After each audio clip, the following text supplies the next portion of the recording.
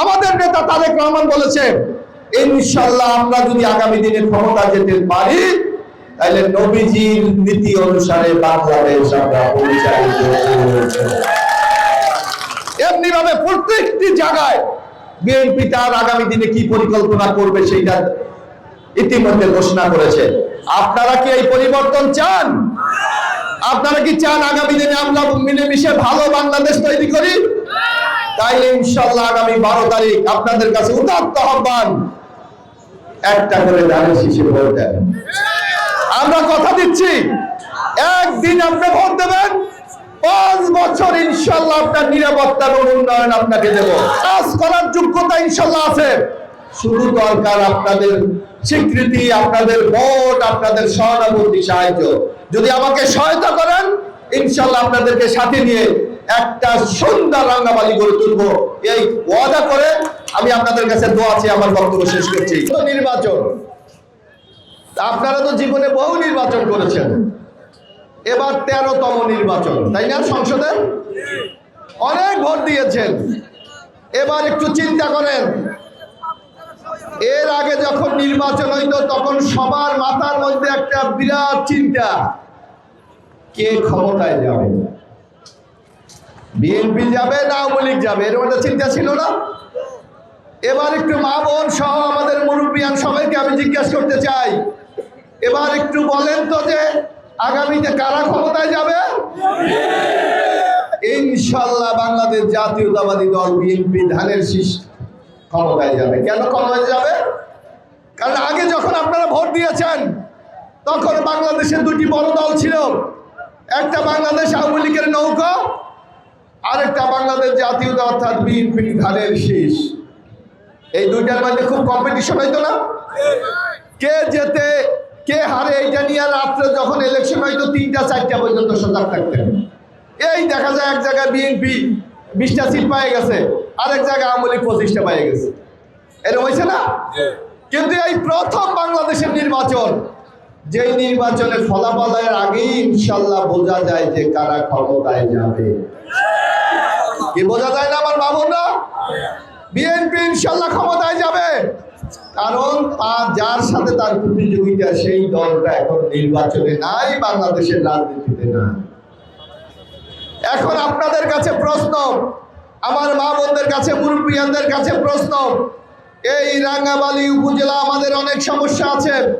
আমি গতকাল সারাদিন চরমন্তার ছিলাম, আজকেও 2:30 পর্যন্ত চরমন্তার ছিলাম। আমি কি ভেবেছিলাম জানেন? আমি ভেবেছিলাম 15টি বছর আমাদের এখানে 2 জন মন্ত্রী শাসন করেছে, যারা মাহবুব রহমান এবং মহিবুর রহমান, 2 জন ছিল না মন্ত্রী আমাদের এমপি?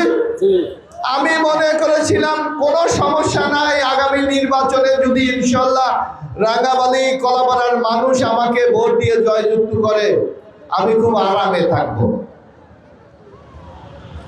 মনের সুখে ঘুরে বেড়াবো।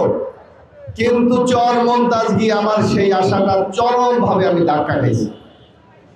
রাস্তা নাই, কালভার্ট নাই, ব্রিজ নাই, নদী ভাঙন, স্কুল নাই, যেখানে গিয়েছি আমাকে ধরেছে। তারা কোনো সাহায্য চায় না। 4 নম্বর ওয়ার্ডে গিয়েছিলাম চর মার্কেট, বলছে আমরা কিচ্ছু চাই না, আমার ছেলে মেয়েগুলি স্কুলে যাওয়ার মতো কোনো স্কুল এই অঞ্চলে 4-5 কিলোমিটারের মধ্যে কোনো স্কুল নেই। আমি চরান্ডা গিয়েছিলাম, কয় আমাদের কোনো সাহায্য দরকার নাই, আমাদের নদী ভাঙ্গনটা রোধ করেন, আমরা যাতে নিরাপদে থাকতে পারি সেই ব্যবস্থাটা করেন। তাইলে আমি একটু বলতে চাই, 15টি বছর আমরা কি কিছু করিনি? এই ধরনের অসংখ্য সমস্যা আছে, সেই সমাধান যদি আপনাকে করতে হয় তাইলে আগামী যেই সরকারটি রাষ্ট্রীয় ক্ষমতায় যাবে সেই সরকারের সাথে আমাদের থাকতে হবে। কি থাকতে হবে? সেই সরকারে যদি আপনি আপনার এমপি না পাঠান, আপনার লোক যদি না পাঠান, তাইলে আপনার জন্য কি ওই মহান সংসদে দাঁড়িয়ে এমপিদের, মন্ত্রীদের সাথে, প্রধানমন্ত্রীর সাথে যুদ্ধ করতে পারবে? কি পারবে? ওই সংসদে দাঁড়িয়ে বলবে, মাননীয় স্পিকার, আজকে এখানে মন্ত্রীরা উপস্থিত আছে, বলেন আমি যে এলাকা থেকে এমপি নির্বাচিত হয়ে এসেছি, আমার সেই এলাকার মানুষের কোনো রাস্তাঘাট নাই, মানুষ চলাচল করতে পারে না, আমার রাস্তা দিতে হবে। এই লক্ষ্যে আপনার বানাইতে হবে না?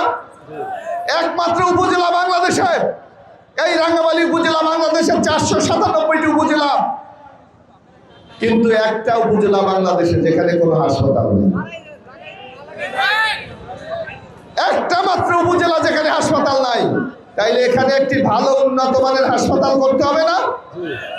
যার জন্য আপনার নিজের লোককে এমপি বানাতে হবে, ওই সংসদে বানাতে হবে, সরকারে আপনাদের বানাতে হবে। যদি এটা না করতে পারি আমরা, তাহলে কিন্তু আগামী দিনে আমার পরিবর্তন হবে না, আমার ভাগ্য পরিবর্তন হবে না। তারেক রহমান বলেছেন, আমাদের দেশের অসংখ্য মানুষ কৃষক, গত 4 দিন আগে বলেছে, যদি ইনশাল্লাহ বিএনপি ক্ষমতায় যায়, কৃষকদের 10,000 টাকা যে কৃষি ঋণ সুদ সহ তা মওকুফ করা হবে। কি শুনেছেন না আপনারা? আমাদের মা বোনরা আছে, এদের কোনো ইনকাম নাই, আমাদের জনসংখ্যার অর্ধেক তারা। এই নারীদেরকে যদি আপনি স্বাবলম্বী না করতে পারেন, তাদেরকে নিরাপত্তা না দিতে পারেন, তাদেরকে যদি সচ্ছলতা না দিতে পারেন, তাইলে একটা সমাজ দেশকে এগিয়ে নিয়ে যাওয়া যায় না। যার জন্য আমরা বলেছি, আমাদের মা বোনদেরকে আগামী দিনে সহায়তা করার জন্য প্রত্যেকটি ফ্যামিলিতে এই দেখেন একটা করে ফ্যামিলি কার্ড দেওয়া হবে। অর্থাৎ সংসারে যিনি বড়, অর্থাৎ মা হোক, বোন হোক, ভাবি হোক, তার নামে এরকম একটা কার্ড থাকবে। প্রতি মাসে সে 2 থেকে 2,500 টাকা করে সরকারের থেকে সে ভাতা পাবে।